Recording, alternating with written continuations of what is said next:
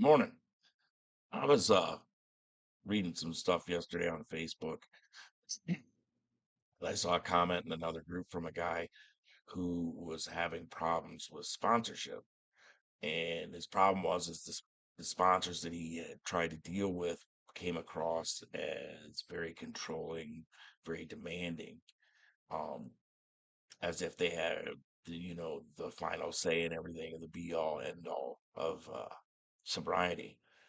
When I got into sobriety, the people that I worked with, or I should say, people that worked with me, were very hard nosed, old school, very, very gruff, grouchy fuckers, basically.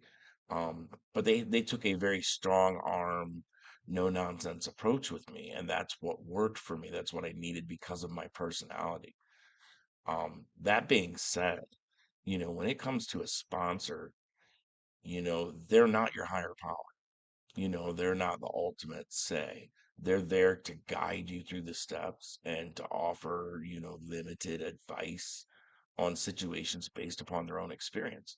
But they're not there to control you and be, the final authority on everything that goes on. You do still have free will. That being said, if you find the right sponsor, listening to what your sponsor suggests is, typically a good idea. Um, there are a few in the programs that want to be very controlling, want, to micromanage everything that you do in your life. Those types of people don't work for me. There are people that they work for, but for the most part, there are power trips in sobriety with people. So when you're looking, for a sponsor, you're looking for somebody to guide you. You got to look for somebody that has something that you want. So when you look around the rooms and you talk to people and you're considering sponsors, you need to look at the type of sobriety they have and ask yourself, is this what I want for my life? And it's not just, that they're happy, joyous, and free. It's, do they have the kind of sobriety that you're looking for? Do they live the kind of life or lead the kind of life that you're looking for? And if they do, then it might be a good match. However, there are those of us that need somebody that's opposite of them. For me, that doesn't work. I need somebody that's pretty strong-willed, as I'm pretty strong-willed. But I also need somebody who can match my personality, sarcasm-wise. I'm a smart ass. I'm sarcastic. I'm, cynical. I need somebody that can, match those types of emotions or those types of personality traits. It's sponsorship is a rough gig, um, as far as looking for the right sponsor. But, if you pick a sponsor, if you ask, a man or a woman today, hey, can you be my sponsor? And they agree, it's a test run.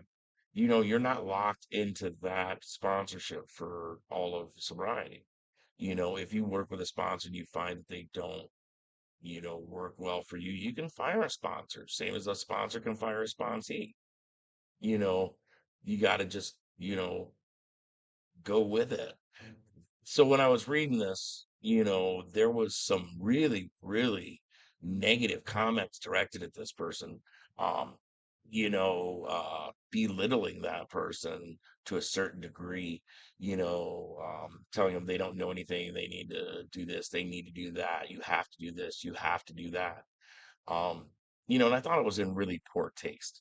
This guy was legitimately sharing his experiences with sponsors and in a roundabout way asking advice. He wasn't really saying, hey, I need you to tell me what to do, so much as I think it was he needed to get it off his chest. Um, and like I said, I thought it was in poor taste that some people attacked him.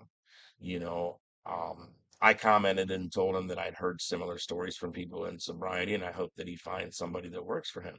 And that's all I'm there to do, is to encourage him. By attacking and belittling this guy, all you're doing is pushing him back out the door. You know, don't get me wrong.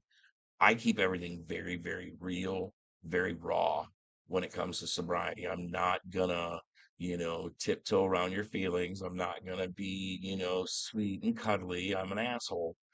And if you ask my advice, I'm gonna give you that advice. However, if you're not asking, directly for my advice, if you're just making a statement or commenting on your experience, you know, it's almost the same as telling your story. You know, it's there for me to either be able to relate to what you're going through or not.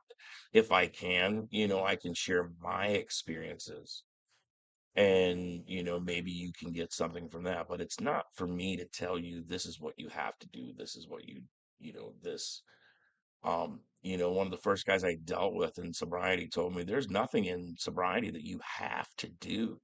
There are some damn sure betters, but nothing that you absolutely have to do. You don't have to change your whole life, to mirror a sponsor. The sponsor, like I said, is there to guide you through the steps and guide you through the program and answer questions you may have. Now, when it comes to sponsorship, I don't sponsor um presently because I just don't have the time to dedicate to somebody's sobriety that I feel you need as a sponsor. Now, I did just make a career change. Um, I'm getting ready to start, I went through an orientation this week. I'm getting ready to start Sunday night. Um, and this new career, this new position is going to free up a lot of time for me, so down the road I may end up sponsoring people. I can't promise that, I feel like, unless I have the ability to dedicate the time I feel that somebody needs, uh, as a sponsee, I don't foresee me sponsoring somebody. But if I get to the point where I can, I certainly will. Saying that, it's not that I don't help people. It's not that I'm not willing to help people go through the steps or, guide them. It's just as far as the formal sponsor sponsee relationship, I can't dedicate myself to that right now because it's unfair to somebody new. Um, but yeah, when it comes to sponsors, look around the rooms, find somebody that's got something that you want, find somebody that you feel you can get along with. And like I said, for some of us, we need them old, grouchy, crusty fuckers that'll tell you, sit down, shut up, listen to what's being said. You know, Another thing when it comes to sponsorship that I tend to have issue with is when you have a sponsor that tells you, you need to wait to do these steps. You need to wait to do this. You need to wait to do that. There's no time frame in sobriety and how fast or how slow you go through the steps. It all depends on you. And I feel like sponsors that are ironclad in this is how you have to do it. You have to wait, a year for this. You have to wait 6 months for this. I don't feel that's right. When you're wanting to progress in sobriety, it's my job or my obligation to help you through that as quickly or as slowly as what you need. If you need more time going through the steps, then it's my obligation to help you figure out, how long you need and what you need to do. But if you were to come to me and say, I'm ready for steps one, two, and three, I'm not going to tell you, well, you got to wait. I've heard of sponsors telling people you got to wait a year, just do step one, and here again, that doesn't work. There's no time frame. For me, sobriety is life or death. If I drink or use today, I will die. I won't make it back to recovery. I know me, and I know where I'm at in life.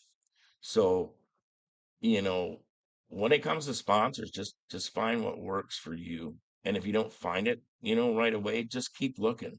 The biggest thing is to keep coming back. Keep taking that swing at it. See if you can't make it through. See if you can't make a go of it. If you need to go through 10 sponsors in a year, then that's what you do. There's people that are going to disagree with me, especially those hard-nosed sponsor type people. I don't really give a fuck. I'm not putting them down as a sponsor because if they keep people sober, then they're doing their job. These are my opinions. This is my feelings on sponsorship, so hopefully nobody comes at me twisted because, it never works out in their favor. Hope you guys have a great day. Love you all. Bye.